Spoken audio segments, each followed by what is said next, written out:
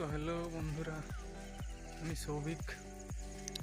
আমি আমাদের এই পাশের গঙ্গা ট্রিবিউটারি মানে শাঁখা নদীর কাছে এই দেখো, ওই পাশটা দেখো, এই রাস্তাটা চলে গেছে একদম মাঝ নদী।